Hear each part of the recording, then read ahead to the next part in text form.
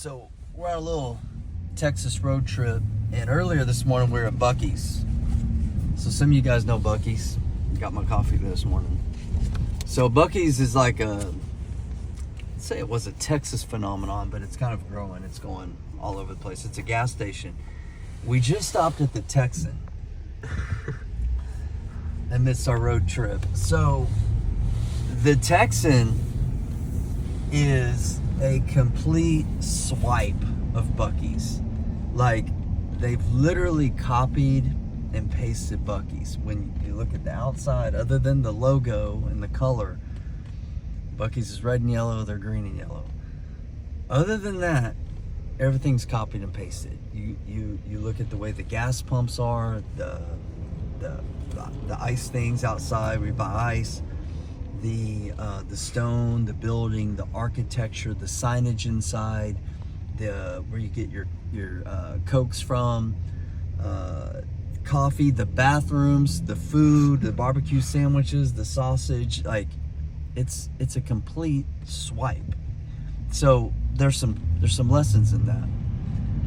One is the lesson of,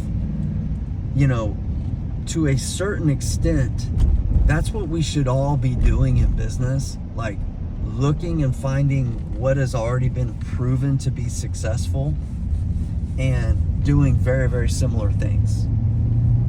That's what people do for the most part. Like, we learn from others and we learn from things that work. Like, it's better that the Texan copied Buc-ee's than some podunk little gas station that is going out of business, whatever. So there's that. Then there's kind of the thing of, I don't know if they're facing lawsuits or not. I need to look that up. Y'all can look that up and let me know if you see any. But I suspect there's lawsuits.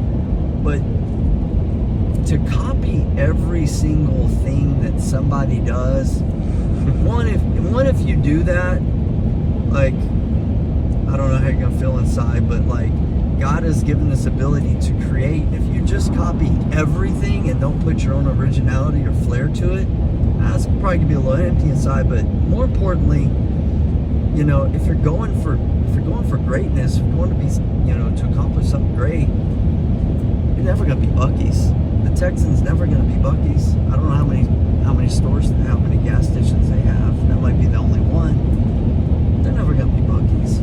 So, to a degree, which is most things in life or most things in business, yeah, like, you should copy some things.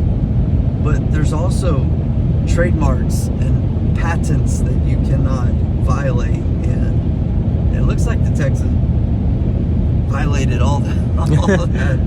But anyway, so think about that though. So if you're struggling in your business,